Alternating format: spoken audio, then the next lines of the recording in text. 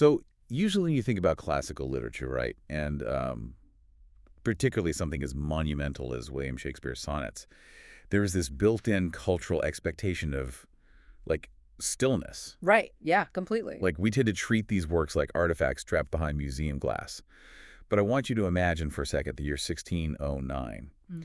London is this visceral, chaotic place. It smells like wood smoke and raw sewage, and there's, the lingering terror of the bubonic plague just everywhere. Oh, yeah. It was a rough time to be alive. Exactly. And somewhere in that loud, messy city, in a dimly lit room, there is a person with a feather dipped in iron gall ink, physically scratching out 14 lines of poetry onto a rough piece of parchment. Yeah. I mean, it is a profoundly physical, analog, and sweaty human endeavor. It is the absolute distillation of biological human experience. You have this fragile human body acutely aware of its own mortality, just trying to carve something permanent into a physical medium before time runs out.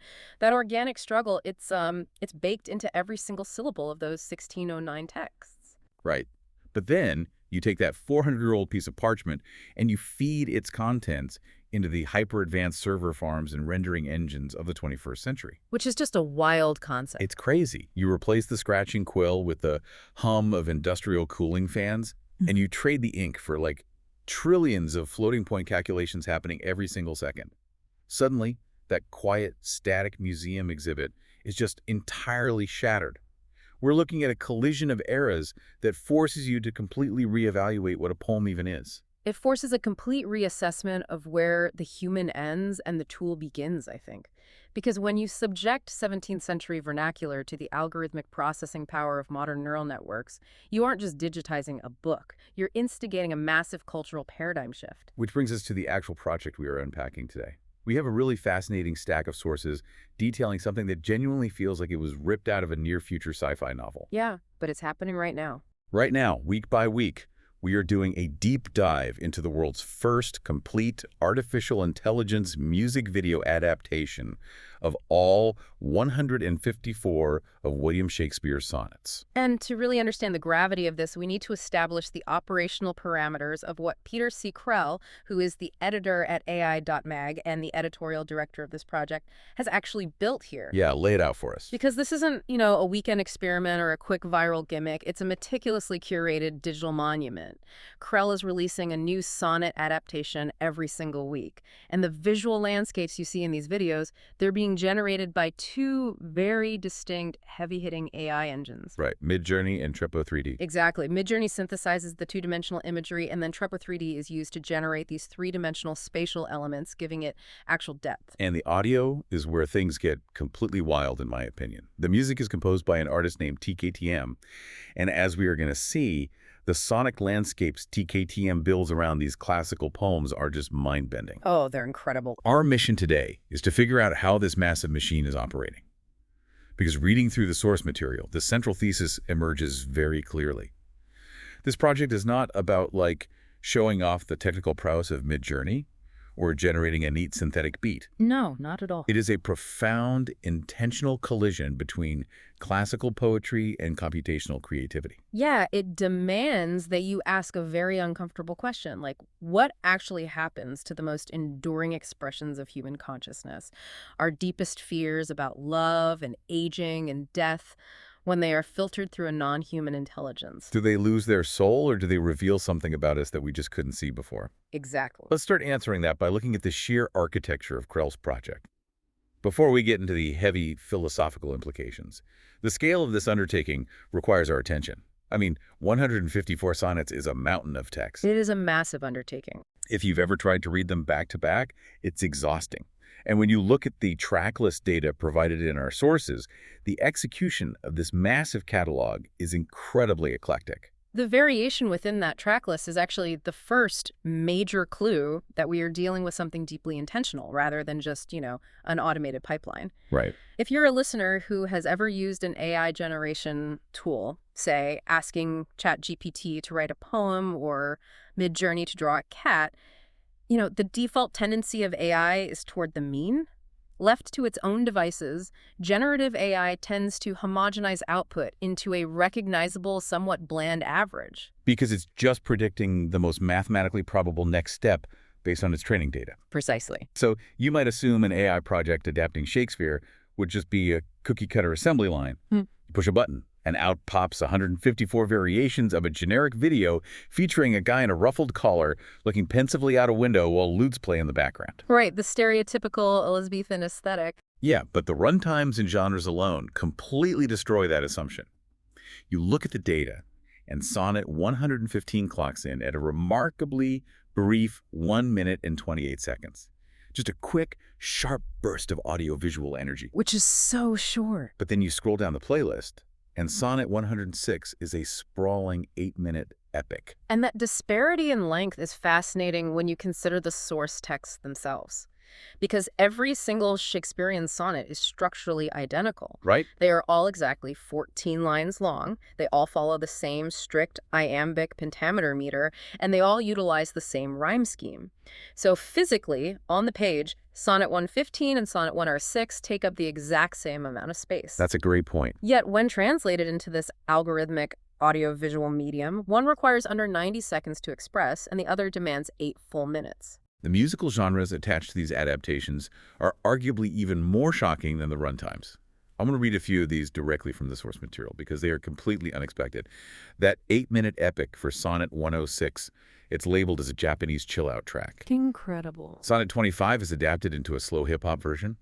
Sonnet 123 is a D&B drum and bass version. The drum and bass one is wild. And my absolute favorite find in this entire data set, Sonnets 22 and 41 are mashed together into a single track labeled Japanese Soul and Disco. Yeah, comparing this to a traditional, stuffy poetry reading feels absurd at this point. I keep imagining taking a sacred, fragile, 400-year-old manuscript from a vault and handing it over to a futuristic, genre-bending nightclub DJ at a bleeding-edge visual effects studio. That visual of the manuscript and the DJ actually gets right to the heart of the mechanism here, because the intense variation across these tracks highlights the critical role of human editorial direction in the age of AI. So? Well, the algorithm is not making the high-level interpretive choices.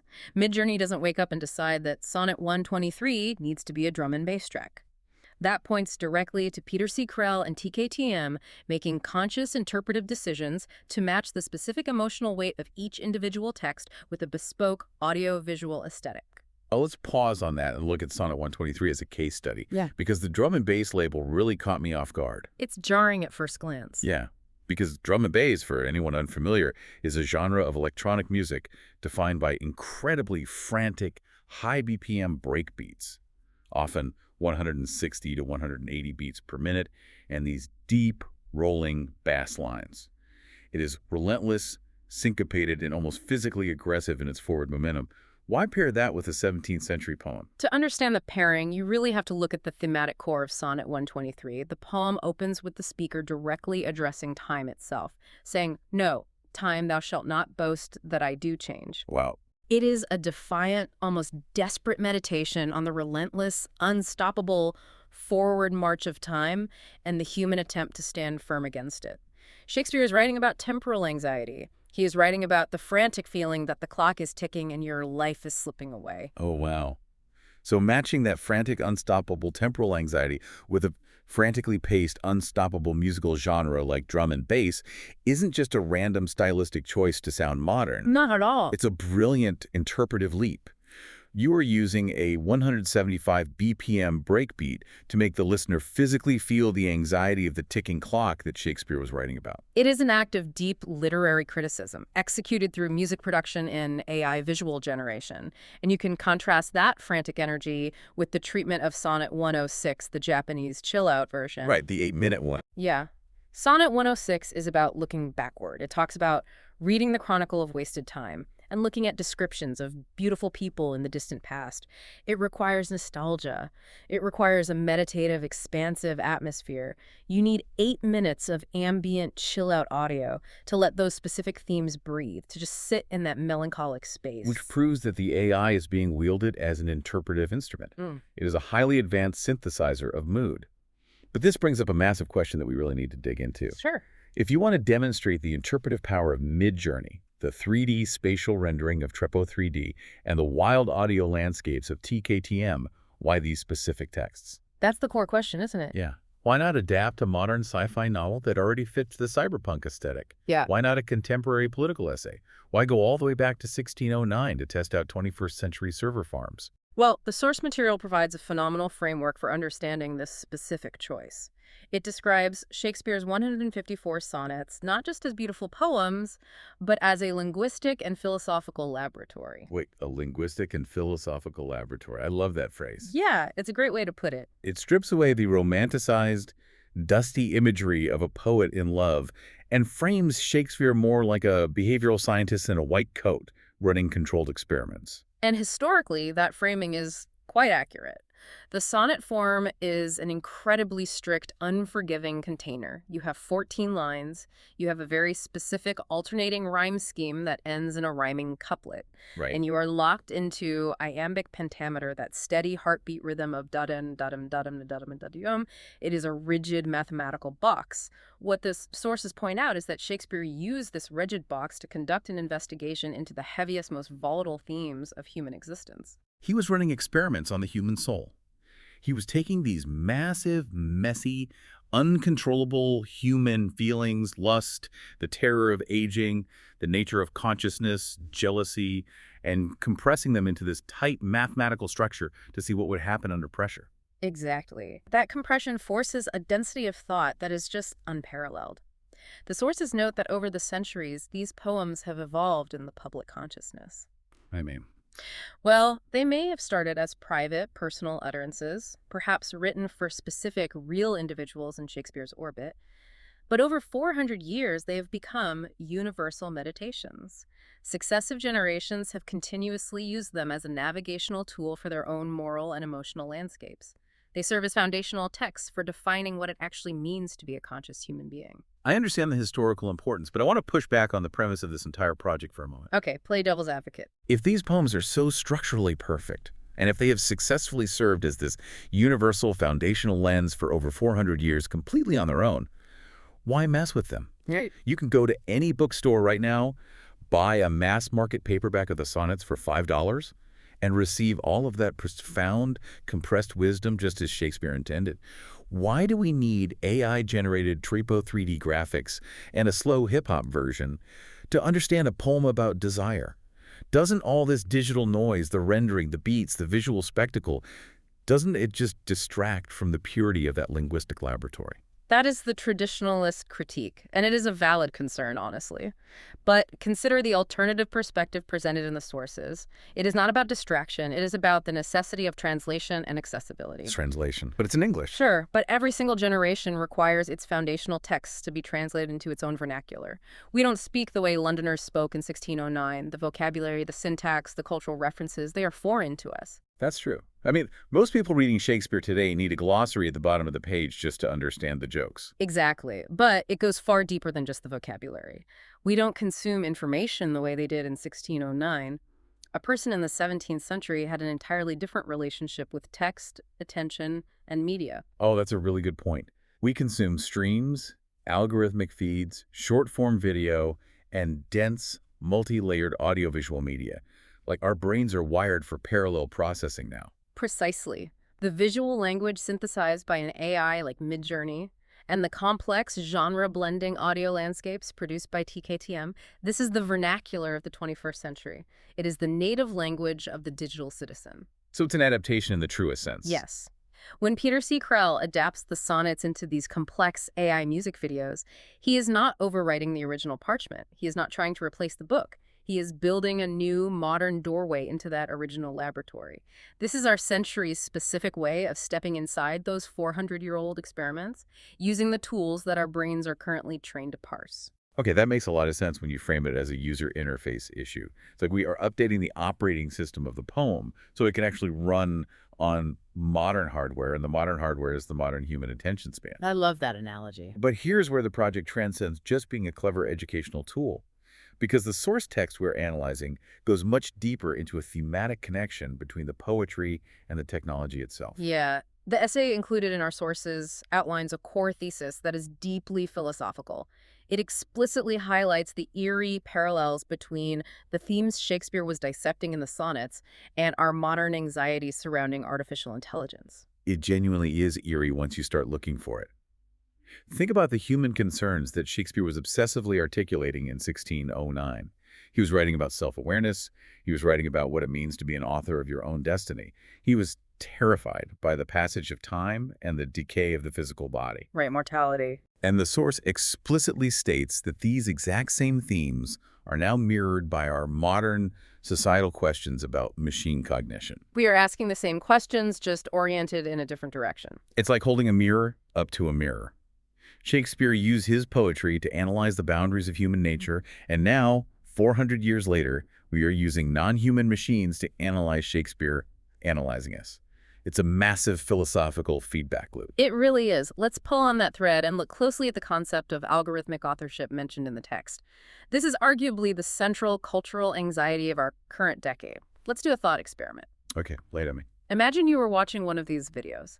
Midjourney has generated a deeply moving, melancholic visual representation of time based on the text of Sonnet 64, which is all about seeing grand monuments defaced by mortality.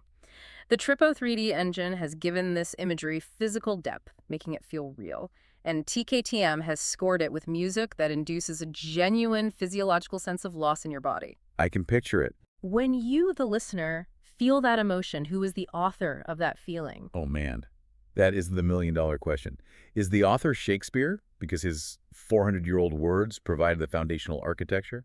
Is it Peter C. Krell because his editorial direction and his specific text prompts guided the AI? Is it TKTM who composed the audio?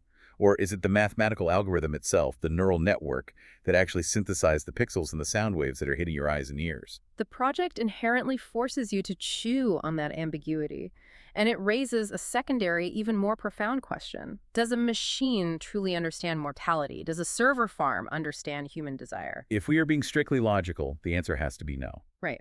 An AI does not have a biological body, it doesn't experience cellular decay, it doesn't face an inevitable death, and it doesn't experience the chemical longing we call desire. It cannot feel. It does not experience the biological reality, no. But what it does do, better than any entity in human history, is recognize the incredibly complex mathematical patterns in how humans express those fears and desires.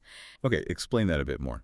Well, an AI model like Midjourney is trained on billions of images, paintings, and photographs created by humans over centuries. It has processed the entirety of our visual history of sadness, joy, and terror. It understands the topography of our melancholy, even if it's never felt a single emotion. It knows the exact statistical proximity of the word despair to a specific shade of blue or a specific droop of a sculpted eye. The topography of our melancholy. I absolutely love that concept. It is like the AI is an incredibly observant, highly empathetic alien. Yes. Imagine an alien that has studied millions of hours of human beings crying. It has never shed a tear itself. It doesn't even have tear ducts, but it has mapped the data so perfectly that it knows exactly what visual and auditory notes to play to make us cry. It has reverse engineered the human soul. That is a phenomenal analogy, and it explains exactly why this project is so perfectly matched to its subject matter. Think about the symmetry. In 1609, Shakespeare was asking, what is the boundary of human identity? How do we preserve ourselves against the relentless decay of time? He tried to solve that by immortalizing his subjects in texts. Right. Today, we are asking, what is the boundary between the human and the machine? If a machine can perfectly replicate our deepest emotional expressions, if it can reverse engineer our tears, as you said, what makes us uniquely human? The source material suggests that computational creativity isn't just a neat visual trick or a novelty. It is a new necessary framework for these classical expressions to resonate within. It is the perfect medium for the message. And when you look at how Krell and his team actually organized the track list, it hammers home that point about the medium. Right. Let's talk about the structure of the playlist itself, because it reflects a very modern, distinctly digital approach to what the source calls enduring wisdom. Yeah, let's look at the data. The data shows that Krell isn't just giving us one static, definitive, museum-quality adaptation per poem and moving on. The playlist is full of iterations. It is deeply embedded in what we would call remix culture. The track naming conventions you see in the dataset are incredibly revealing regarding how they view the source material. I'm looking at the list right now, and for several sonnets, we see multiple, wildly different versions.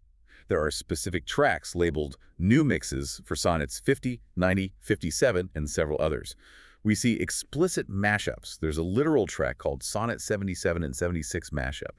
The idea of taking two distinct classical poems, poems that have been revered as standalone monuments for centuries, and treating them like vocal samples to be mashed together by a DJ, is a radically modern approach to literature. It strips away the preciousness. It totally strips away the preciousness. And it goes further. There is an alternative version of Sonnet 62.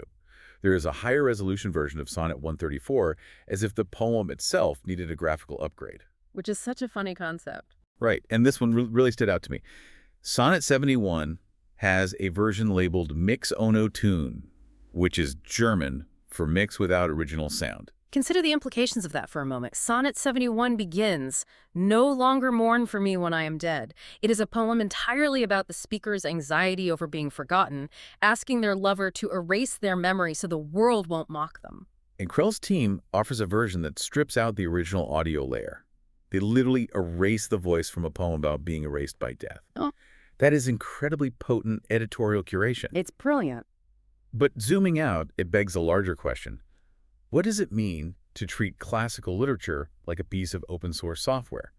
Because that's exactly what it feels like they're doing. It feels like they are issuing updates, patches, and version histories for Shakespeare. Open source literature is the perfect way to frame it, but the traditionalists might argue, does that approach dilute the original genius of the text? If you are patching and remixing Shakespeare, are you destroying the integrity of the linguistic laboratory we talked about earlier? Well, I would argue it democratizes it, but I want to know how the source material justifies it. The source addresses this beautifully through the concept of translation and continuity. By treating the sonnets as open source material subject to updates, chill-out remixes, mashups, and higher resolution visual patches, the project fundamentally proves that the poetry is not a fragile antique that will break if you touch it. Right. It proves that the 1609 text is an incredibly robust data set. It can withstand being pulled apart, mashed up, subjected to algorithmic rendering, and reassembled, and it will still function. The core code of the poem is indestructible. You can put a frantic 170 BPM drum and bass beat under it. You can strip the vocal track out entirely. You can render its imagery in Typo 3D. And the core emotional truth of the text, the human anxiety, the love, the fear, survives the rendering process. It survives and it mutates. The source text argues that this methodology highlights the evolving nature of creativity itself. It posits that art does not survive by being locked in a temperature-controlled glass case. It survives by adapting to the tools of the era. The remix culture evident in this track list shows a living, breathing engagement with the text. It is a dialogue, not a monologue. Which perfectly transitions into the grandest philosophical claim made in our source material. This is the part of the deep dive that really forced me to sit back and reevaluate my own relationship with technology. It's a big claim. Yeah.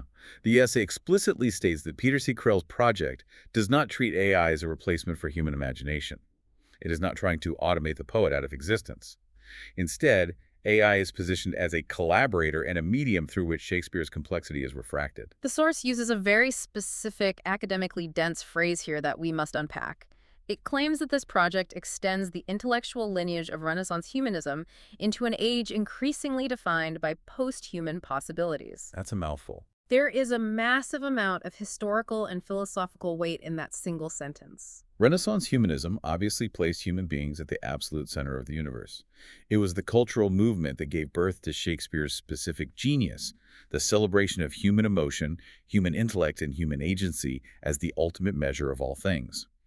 But how exactly does Krell bridge that human-centric philosophy into the post-human era without losing the very thing that makes the poetry resonate? To understand the bridge, we have to define post-human possibilities. In the context of Renaissance humanism, the human mind was the sole, solitary engine of intellectual and creative output. You are alone with your quill. The post-human era suggests a reality where we are no longer the solitary center of the creative universe. Okay, so decentering. Exactly. It is an era where we are decentered, where we actively co-create artistic value alongside non-human intelligences, specifically algorithms, neural networks, and machine learning models. The bridge Krell is building asserts that we can use non-human tools to better understand our own human condition. I follow the logic, but I am struggling with the terminology. Yeah. I have to push back on the word collaborator. Is the AI truly collaborating in any meaningful sense of the word? Well, Think about Shakespeare.